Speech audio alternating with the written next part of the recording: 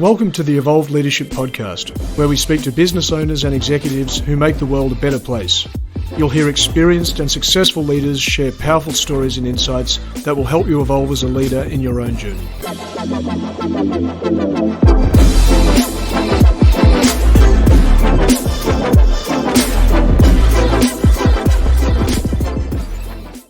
My guest today is Chris Ostrowski.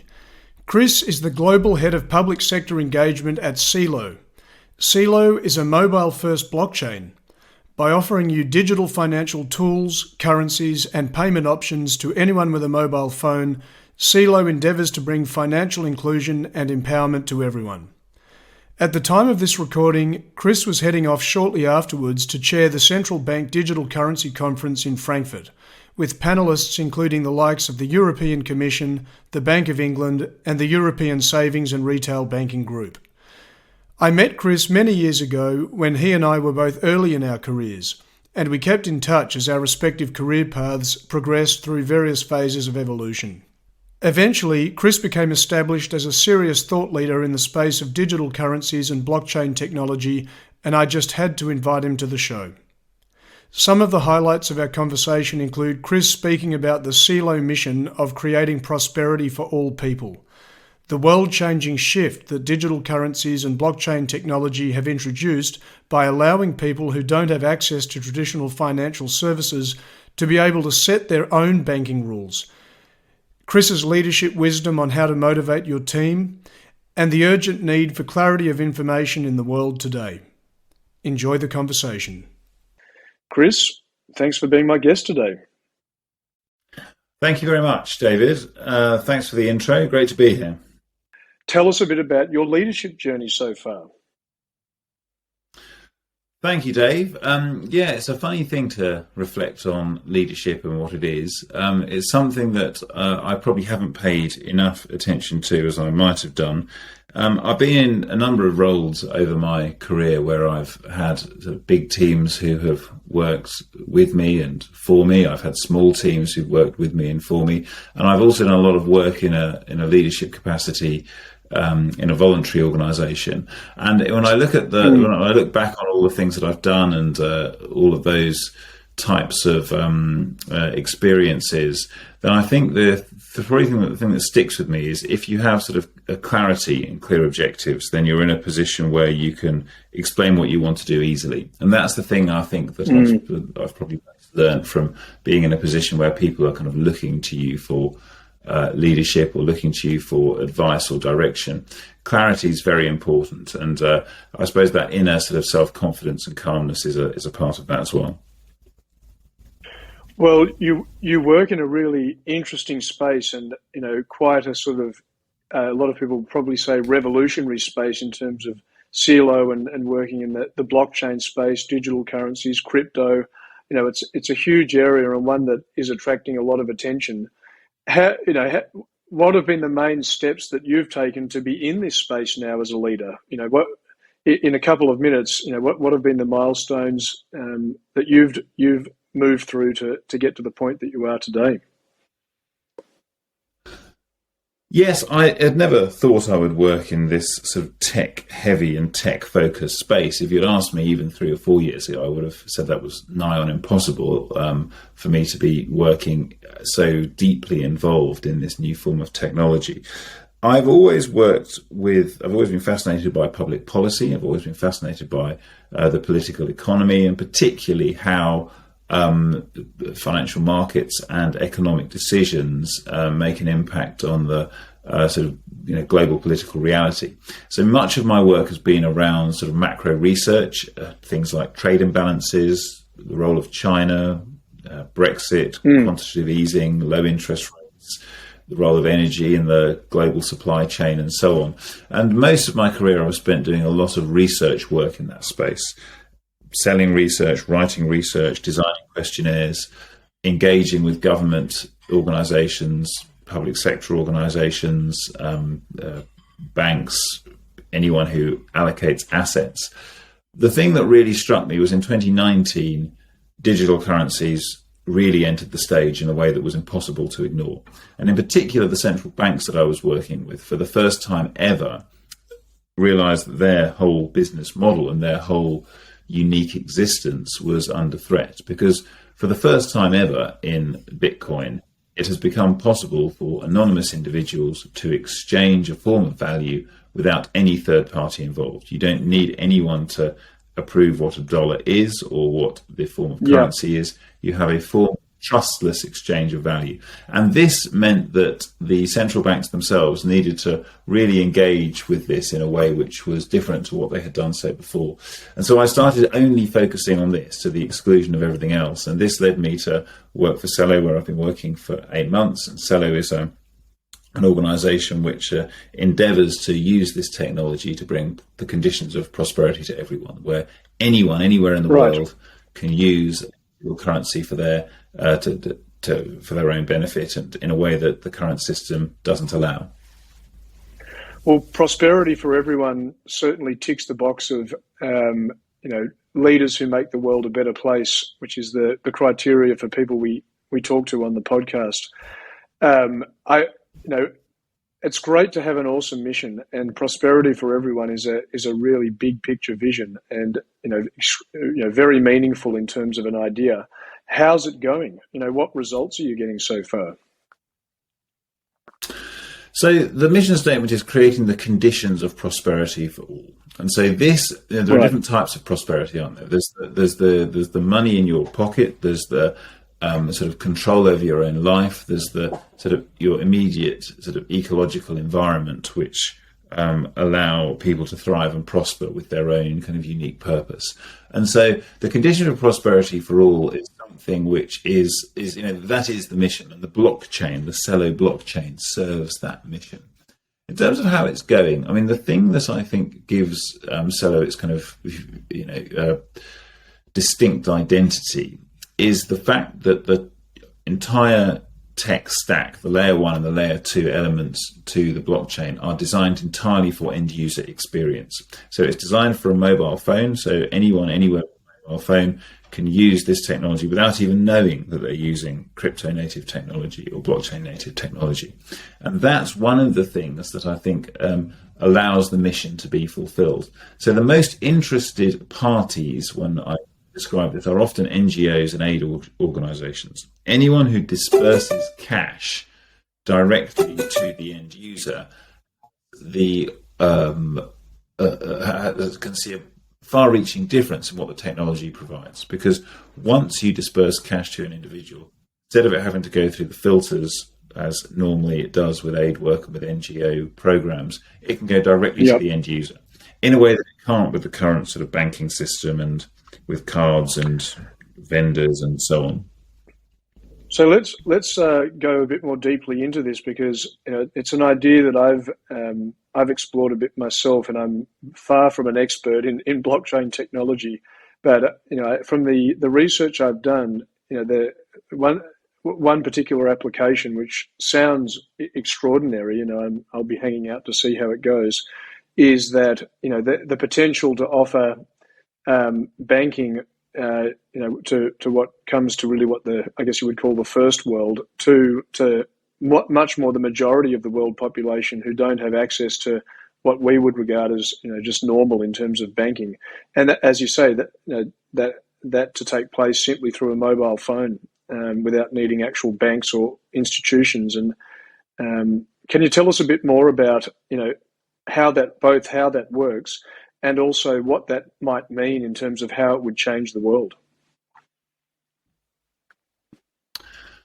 I think you probably need to look at this from a fully decentralized point of view. This is what a lot of people call Web 3. So we had the first age of the internet, which was where people had an email address and a whole series of websites, Web 1, as it were, where people might build their own website, their own tools if they were tech savvy.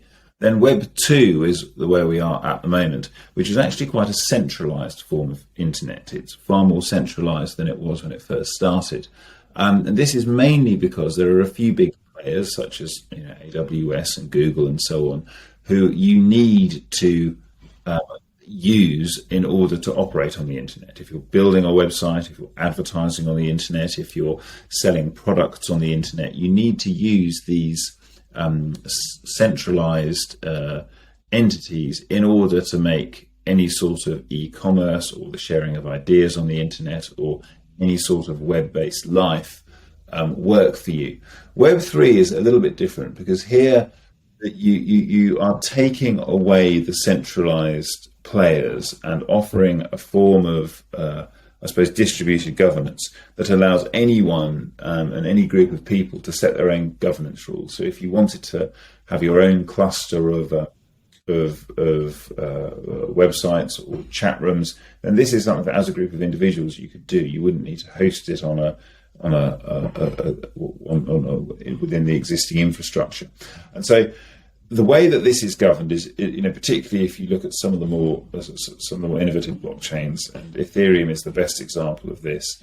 You have governance tokens where any individual can build any app they like on the blockchain, and how this is, how you interact with this is purely in the hands of the users. So the controversy that we see now about information being channeled through, Twitter, Facebook, Google, and a few other engines would not be there in the same way. It wouldn't be governed by another individual in a big organization making the decision.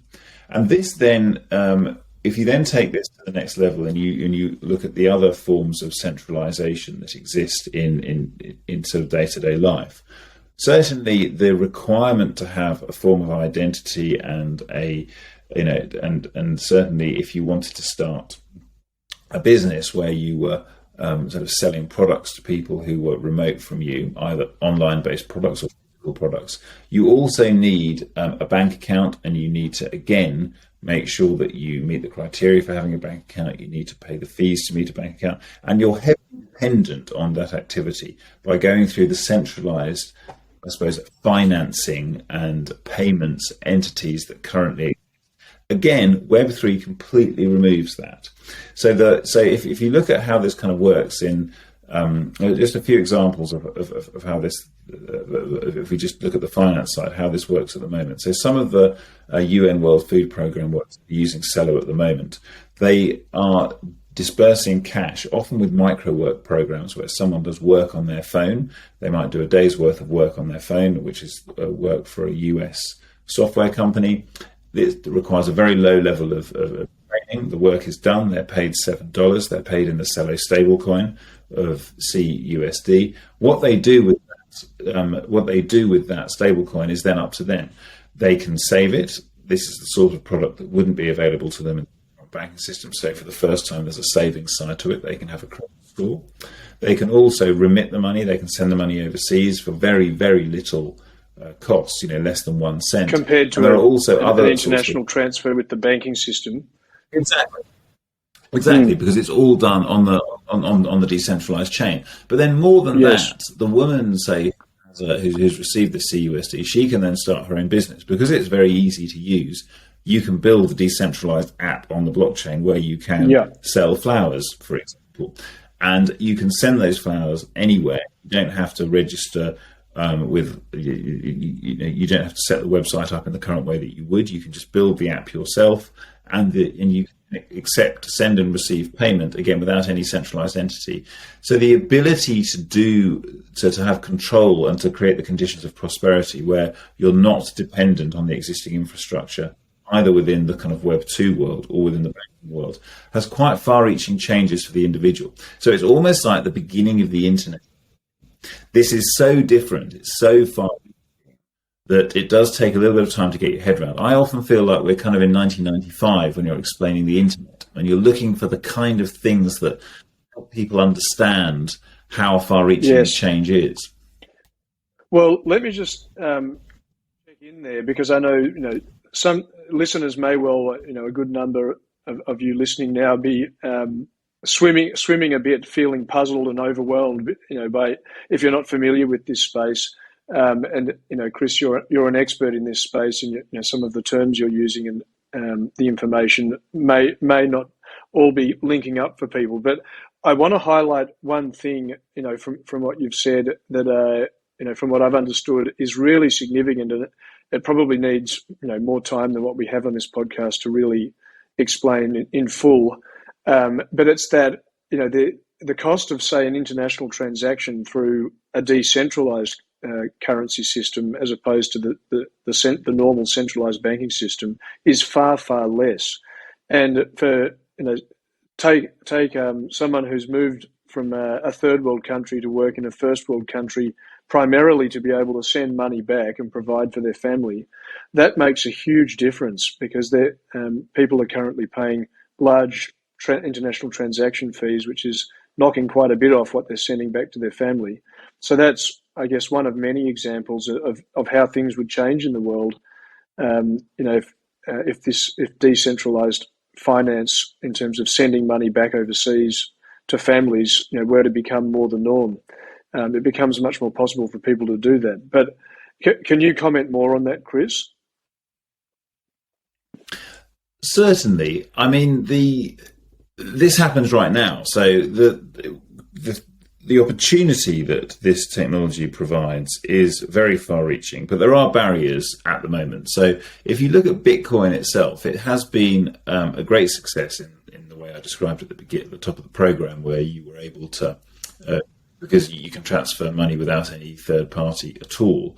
But it's not been a success when you look at the change in value that occur from time to time. I mean, at the moment, we're in a very bumpy place in the crypto market, and the Bitcoin is worth considerably less than it was a few months ago. So you wouldn't use that for remittance transfer. You wouldn't want to send that such an unstable form of value back to your family if you were part of the economy.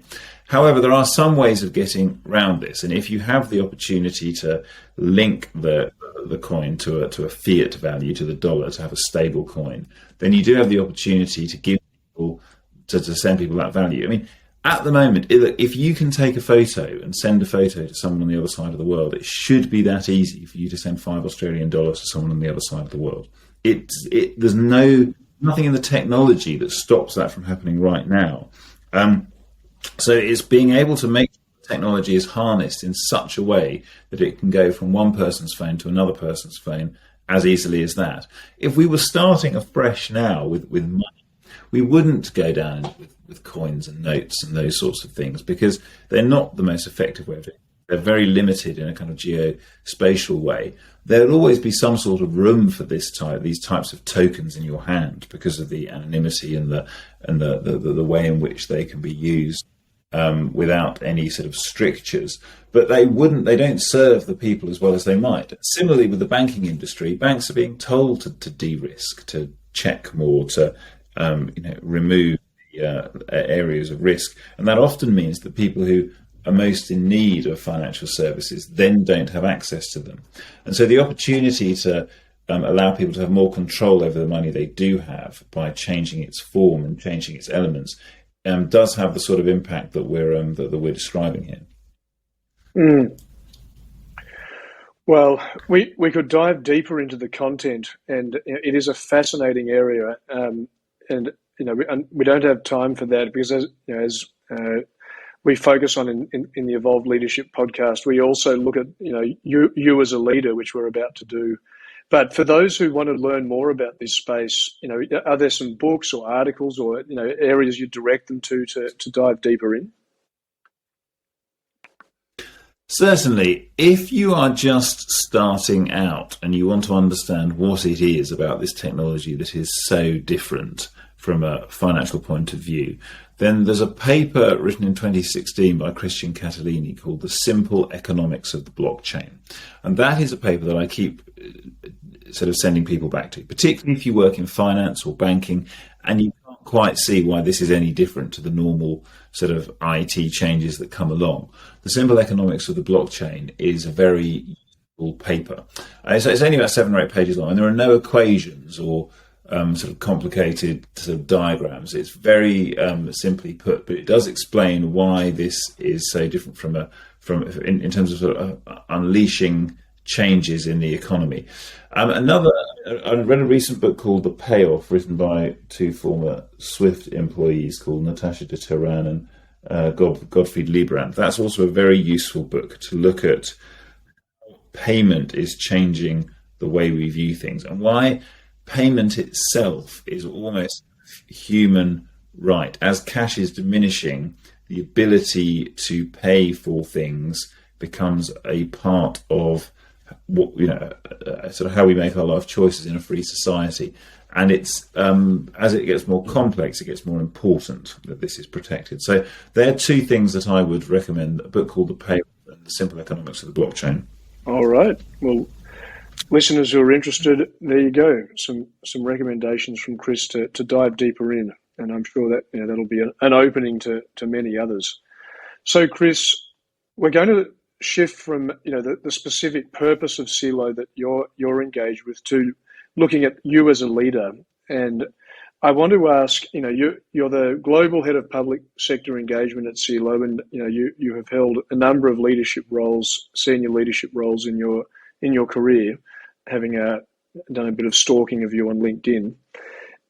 What are some of the biggest learnings that you have gained from in terms of leadership? What it takes to be a successful leader, an impactful leader.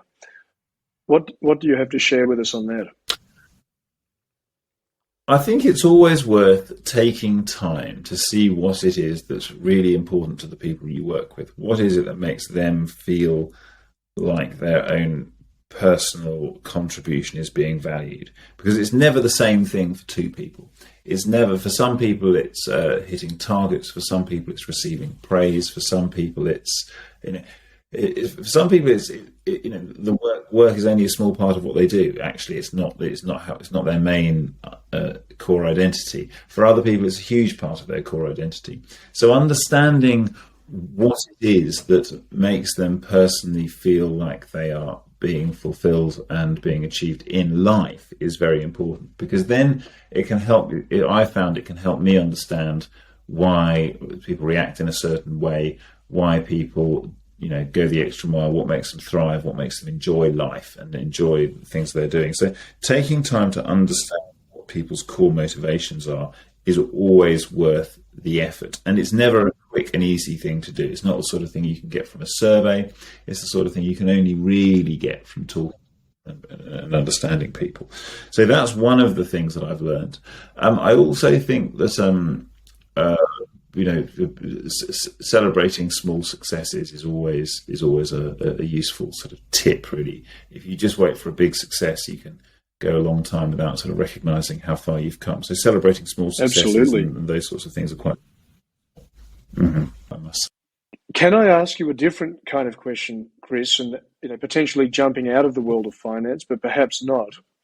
In your own journey, do you have a favorite example of a leader who not only runs a successful organization, whether it's a business or a government or not for profit, but where there's also a significant and meaningful mission to the organization? Is there someone that pops into your head, or someone that you particularly admire? One of the things that is most needed right now in humanity, in the world, is clarity of information and trusted information. The deluge of information and the fragmentation of bubbles, with everyone getting a little bit of news here and a little bit of news there and no one ever quite getting the same news as the next person, is causing quite a deep sort of crisis, really, particularly in democracy, but also as in global global cohabitation of different peoples. And this is really very, very damaging, and we see it the change in the tone of China since 2015. We see this in the current war in Eastern Europe. We see this as well with the kind of extremist rhetoric appealing to narrow but powerful groups of people in the US and in many other countries as well. So if anyone who can do anything to create a form of information which is trusted, impartial and respected, is doing a good thing at the moment. It's a very difficult thing to do because Twitter and Facebook and Google can't do that.